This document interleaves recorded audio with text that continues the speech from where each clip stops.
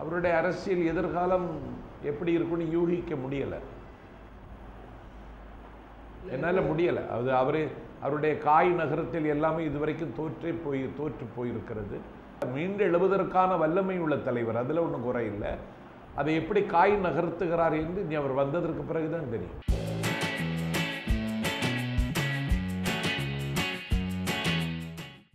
மறுமலர்ச்சி திராவிட முன்னேற்றக் கழகம் என்கிற அந்த அமைப்பை வலிவும் பொலிவும் உள்ளதாக மாற்றுவதற்கு அவர் நடவடிக்கை எடுக்கணும்.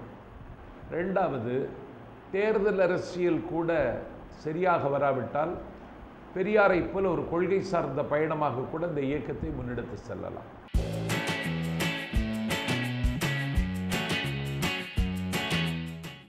Right to differ, right to criticise. விமர்சனங்கள் வரட்டுமே, அவர்கள் விமர்சிக்கிற இடத்துலாவது நான் இருக்கேன்ல. நான் கன்னியாகுமரியில் கடை கோடியில் மலையாளமும் தமிழும் கலந்து மணிப்பிரவாள நடை தமிழ் பேசுகிறவங்களே எங்கள் ஊரில் இல்லை.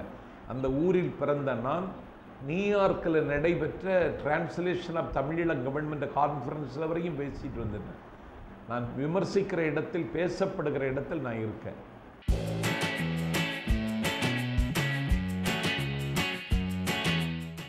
இப்போது படித்தது நேற்றைக்கு மே தினத்தை பற்றி ஒரு புத்தகத்தை நேற்று முன்தினம் வாங்கினேன், படித்தேன். பிறகு நாயகம் எங்கள் தாயகம் என்ற ஒரு புத்தகத்தை பழைய புத்தக கடையில் வாங்கினேன், வலம்புரி ஜான் எழுதினது. நேற்று 2 நாளைக்கு முன்னாடி திருவல்லிக்கணி பழைய கடையில் வாங்கினேன், அது நேற்றைக்கு படிச்சுட்டு இருந்தேன்.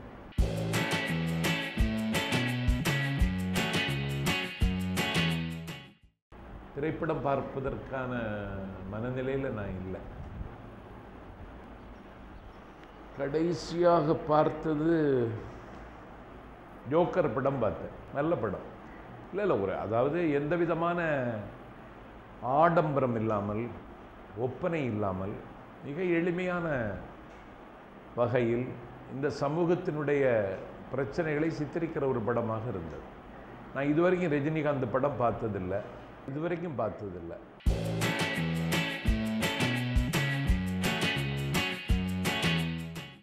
நான் ரொம்ப பச்சரிசி பலகாரம் விரும்பி சாப்பிடுவேன்.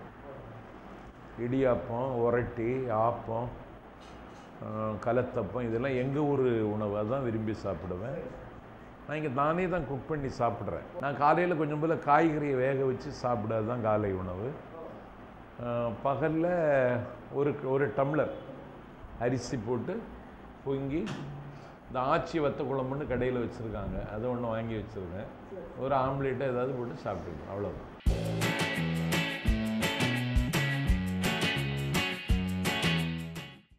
சின்ன வயசில் நான் 3ஆம் வகுப்பு படிக்கிற பொழுது ஜவஹர்லால் நேரு அவர்களினுடைய சுதந்திர தின விழா உரையை எனக்கு மனப்பாடம் செய்ய சொல்லி சுதந்திர தின விழாவில் என்னை பேச சொன்னாங்க. நேருவை மாதிரி ஷெர்வானி உடை அணிந்து நெஞ்சில் ரோஜா குத்தி நான் பேசினேன். அன்றைக்கு எனக்கு பரிசாக கிடைத்த திருக்குறள் புத்தகத்தை இன்றைக்கும் நான் பத்திரமாக பாதுகாத்து வச்சுருக்கேன்.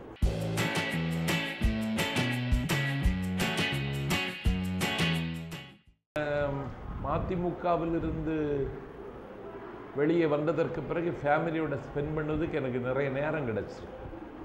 மதிமுகவில் இருக்கிற வரைக்கும் எனக்கு நேரம் கிடைக்கல.